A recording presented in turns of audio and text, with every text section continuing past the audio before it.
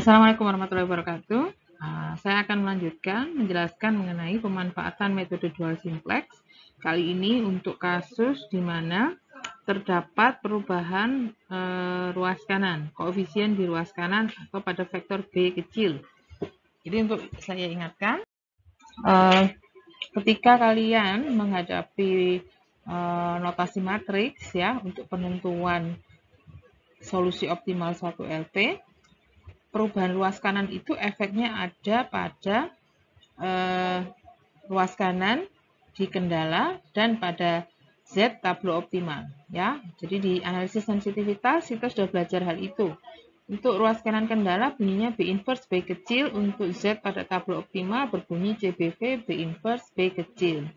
Nah, sebelum menerapkan konsep dual simplex, kalian harus menurunkan dulu atau membentuk dulu dua besaran ini. Nanti unsur delta ada di situ ya perubahannya, dan setelah delta diketahui besarnya berapa, kita pastikan apakah memang harus dilakukan analisis lanjutan dengan dual simplex atau tidak. Sama seperti ketika saya memperkenalkan kendala baru ya di materi sebelumnya. Belum tentu kita harus menggunakan dual simplex.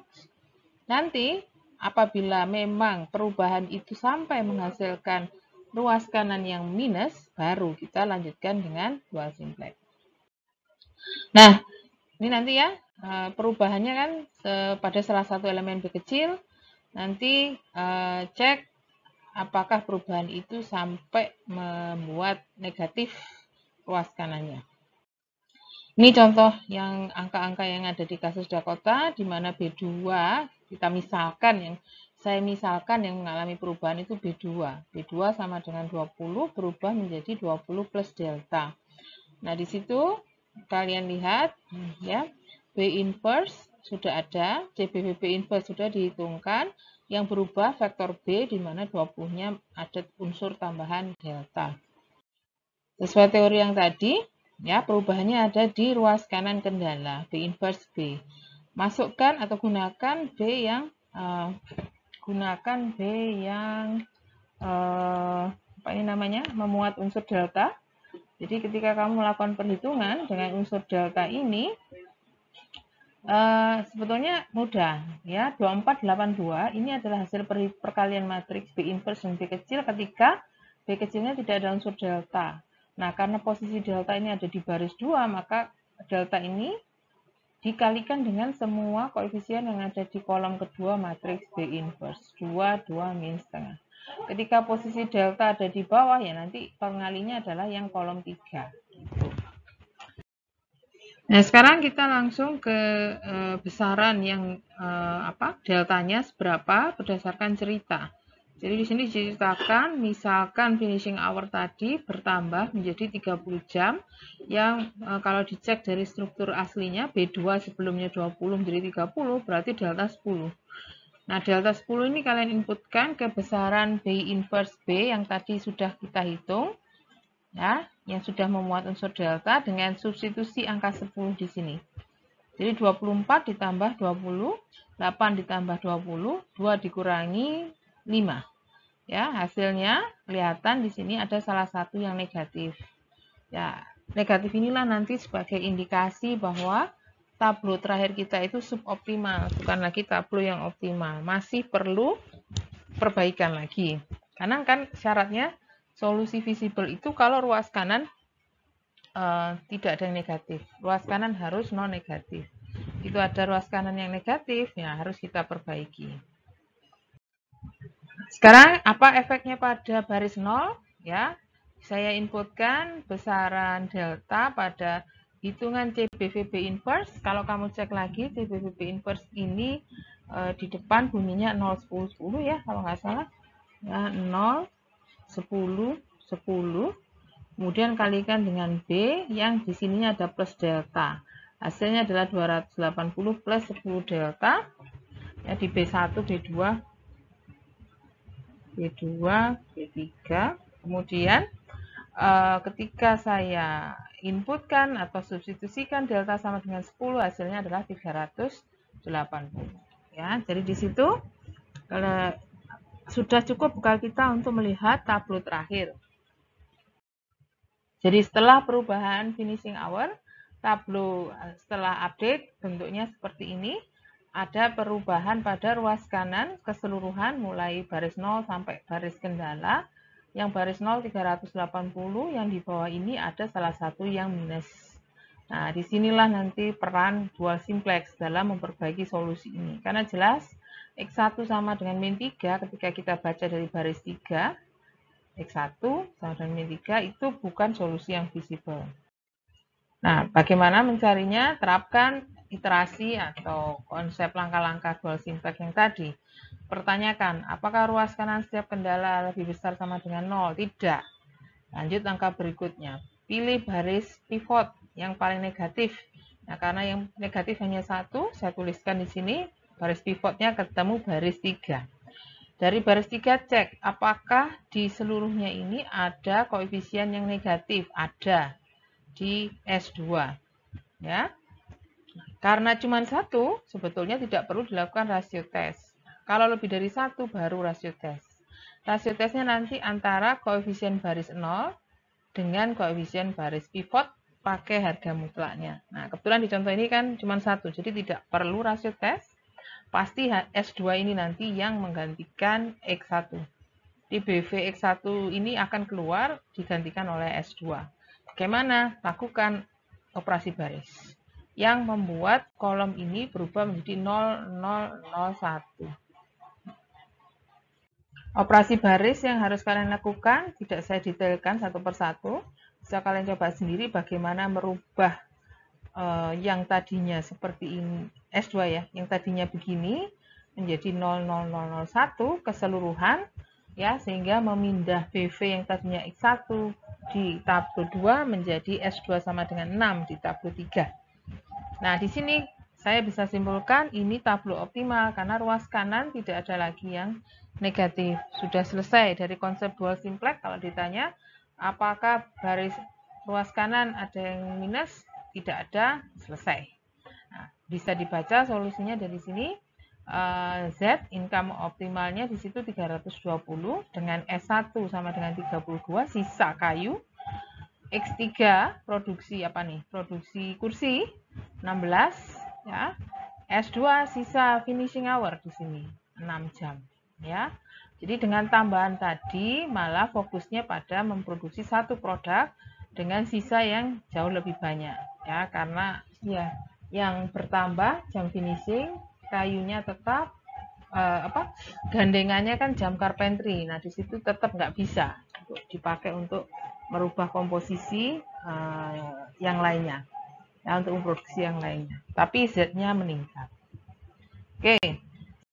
Sekarang dual simplex yang dimanfaatkan pada penyelesaian masalah normal minimize. Ingat, masalah minimize itu ada dua tipe. Yang pernah saya berikan penjelasannya di sebelum UTS, itu masalah minimize yang mempunyai kendala campuran.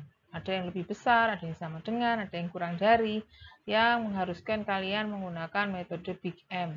Nah, jadi di sini kendala yang kita hadapi di contoh ini semuanya lebih besar sama dengan, yang membuat metode kasus ini adalah minimize yang normal.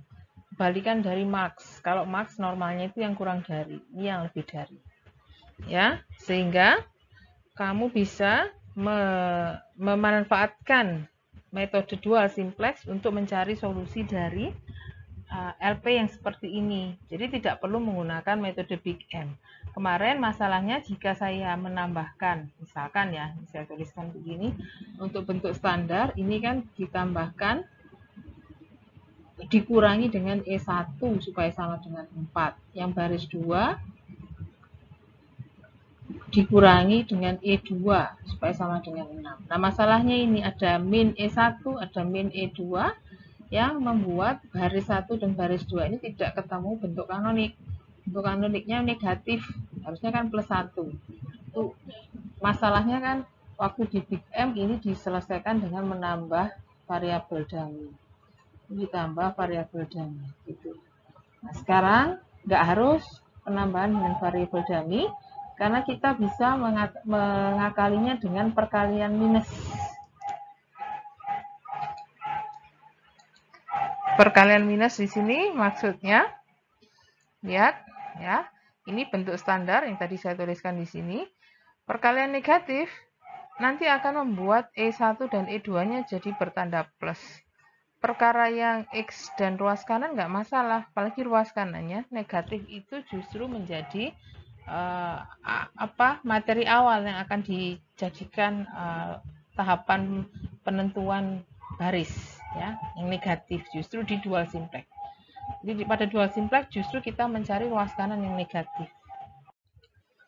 Jadi di sini kamu lihat yang tadi, bentuk standar yang tadi, kalau dituliskan dalam tableau langsung seperti ini, ya, supaya ini tidak minus, saya kalikan semua di baris 1 dan baris 2 dengan negatifnya. Jadi di sini dengan negatif 1, sorry. 1 jadi min 1, min 2 jadi plus 2, 1 min 1, min 1 jadi plus. Ruas kanan ini E2 0 tetap, ruas kanannya di sini 4, di sini min 4. Baris 2 juga sama. Ya, lakukan hal yang sama perkalian dengan min 1. Min 6, min 4 tidak masalah karena ini nanti jadi penentu justru mana yang dipakai sebagai pivot. Terus pertanyaannya seperti tadi. Tanyakan, apakah sudah lebih besar? Nah, justru ini kan kelihatan belum. Belum, maka kita lanjut ke langkah berikutnya. Pilih yang paling negatif. Ada dua soalnya yang negatif, min 4 dan min 6. Berarti kita pilih yang minus 6. Ya, garis pivot minus 6. Kemudian ditanya, di sini apakah ada koefisien negatif? Ada 2 di X1 dan di X2. Nah, baru di sini kita lakukan rasio tes. Contoh-contoh saya yang sebelumnya tidak pernah ada rasio tes karena hanya satu kolom yang berkoefisien minus. Berhubung di sini ada 2, rasio tesnya juga masing-masing ya, walaupun minus nanti yang kita pakai harga mutlaknya ya. Jadi di sini 1 min 2 ya, 1 dibagi min 2 min setengah, nanti yang dipakai setengahnya, angka setengah yang dipakai. X2 2 dibagi min 1 minus 2. Kalau ditanya yang paling kecil jangan bandingkan negatifnya, pakai harga mutlak setengah dan 2. Jadi yang paling kecil setengah, baris pivotnya baris 2, kolom pivot adalah X1. Jadi nanti tukar E2 tidak lagi sebagai BV, X1 akan masuk sebagai BV dengan operasi baris yang membuat ini 001. Ya, lakukan operasi baris untuk pergantian tersebut. Ya, dengan operasi baris akhirnya kamu memperoleh perubahan itu menjadi tableau berikutnya, di mana posisi E2 sudah digantikan dengan X1. Ya, dapat dilihat di sini kolom X1 sudah menjadi 00001. Kemudian tanyakan lagi ya yang tadi, apakah sudah? Belum. Jawabannya karena masih ada min 1 di baris 2. Sehingga baris 2 ini adalah baris pivot. Kemudian periksa di baris 1 ini, kan baris 2 ya, baris 1. Di baris 1 ini ada 2 yang berkoefisien minus. Sehingga perlu kita lakukan rasio tes ya. Dengan cara seperti tadi, baris 0 dibagi koefisien di baris 1 hanya di X3 dan E2 saja. Jadi di X3 nanti yang paling kecil rasionya. Bisa saya tunjukkan. Di sini X3 rasionya setengah dibagi 1/2, sepertiga. Minusnya nggak usah diperhatikan. Di kolom E2 setengah dibagi setengah, hasilnya minus 1. Minusnya tidak diperhatikan. Jadi kalau saya bandingkan, yang paling kecil adalah yang X3.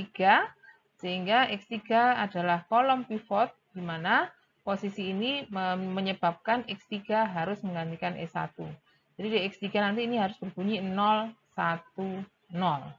Oke. Nah, dengan operasi baris, perubahan itu kita peroleh seperti ini. Ya, operasi baris yang dihasilkan, kelihatan sekarang bahwa ini posisi ruas kanan sudah tidak ada lagi yang negatif. Ya, berarti tidak perlu kita lanjutkan operasi baris atau algoritma ini tidak perlu kita lanjutkan, sudah selesai. Perkara Z-nya ini negatif ya, karena tadi kita menggunakan konsep ini kebalikan dari minimize ya. Jadi min Z itu artinya negatif dari minimize. di dalam bentuk konsep max yang akhirnya menyebabkan kalau saya bilang ini minus 333 itu sebenarnya adalah minus Z. Jadi kalau ditampilkan solusinya, ya bunyinya bukan lagi Z, bukan bunyinya adalah negatif Z sama dengan min 3,33 atau positif ya, yang artinya Z itu menghasilkan nilai plus 3,3333. Jadi diingat konsepnya di sini sama seperti pendekatan yang awal ya. Sewaktu membentuk tablonya adalah tablo yang baris nolnya dinegatifkan supaya pendekatannya adalah konsep max negatif minimize Z adalah maximize dari negatif Z. Tuh. Solusi seperti biasa dibaca seperti biasa. Ya, jadi penggunaan dual simplex pada kasus normal minimize adalah seperti itu tadi. Dengan catatan yang mungkin tadi saya kelewatan untuk menekankan, fungsi objektifnya dirubah terlebih dahulu menjadi maximize dari negatifnya. Jadi kita, kalau kamu ingat materi yang untuk simplex untuk minimize, ini kita menggunakan pendekatan pertama ya, di mana fungsi objektifnya dinegatifkan. Oke. Jika ada pertanyaan silahkan disimpan dulu, nanti disampaikan di sesi diskusi. Latihannya ada di rubrik tugas pada Google Classroom. Silahkan dicoba dulu ya. Atas perhatiannya terima kasih. Assalamualaikum warahmatullahi wabarakatuh.